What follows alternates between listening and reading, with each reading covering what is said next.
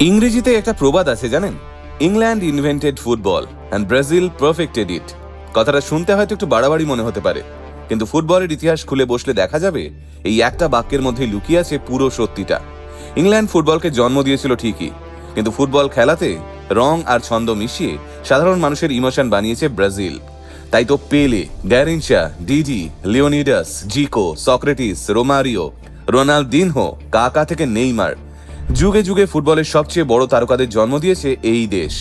কিন্তু প্রশ্ন হলো, ব্রাজিল ফুটবলের সঙ্গে এত ওতপ্রোতভাবে জড়িয়ে গেল কিভাবে? আর কিভাবেই বা একের পর এক কিংবদন্তির জন্ম হলো ব্রাজিলের মাটিতে? চলুন তাহলে আজকের ভিডিওতে ব্রাজিলীয়দের ফুটবল শ্রেষ্ঠ হয়ে ওঠার গল্পটাই জেনে নেওয়া যাক।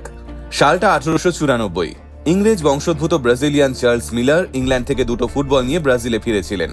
তখন কেউই জানতো না সেই বলই একদিন একটা দেশের একমাত্র পরিচয় হয়ে উঠবে। তারপর আভিজাত্যের বেড়া ভেঙে এই বল একদিন পৌঁছে যায় সাধারণ মানুষের কাছে। আর গ্রামের মাঠ ঘাট, বস্তির অলিগলি থেকে সমুদ্র সৈকত, সবখানেই শুরু হয় ফুটবল উৎসব।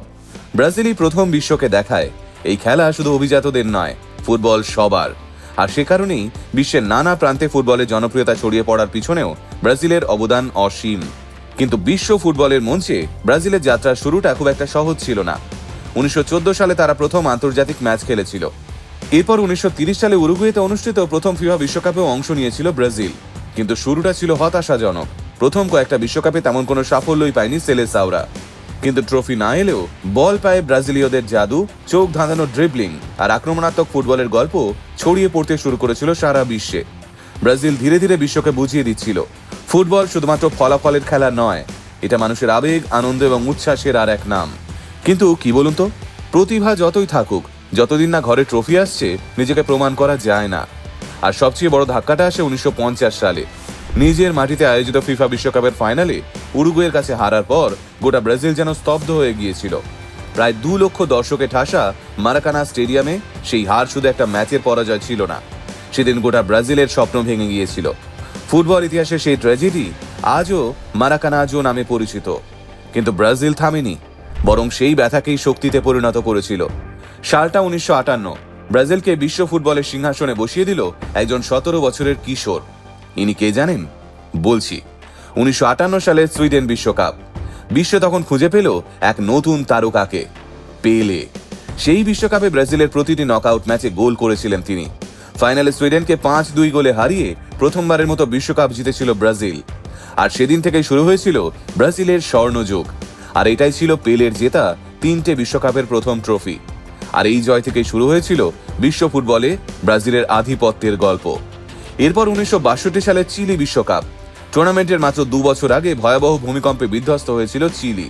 অনেকেই মনে করেছিলেন বিশ্বকাপ আয়োজন করা সম্ভব হবে না, কিন্তু চিলি ঘুরে দাঁড়িয়েছিল। আর মাঠে ঘুরে দাঁড়িয়েছিল ব্রাজিলও। পেলে চোট পেয়েছিলেন, কিন্তু গ্যারিনচা ভাবারা দায়িত্ব তুলে নেন নিজেদের কাঁধে। ফাইনালে চেকোস্লোভাকিয়াকে হারিয়ে টানা দ্বিতীয়বারের মতো বিশ্ব চ্যাম্পিয়ন হয় ব্রাজিল। এর পরের সালটা 1966। বিশ্বকাপ ফিরে যায় তার জন্মভূমি ইংল্যান্ডে।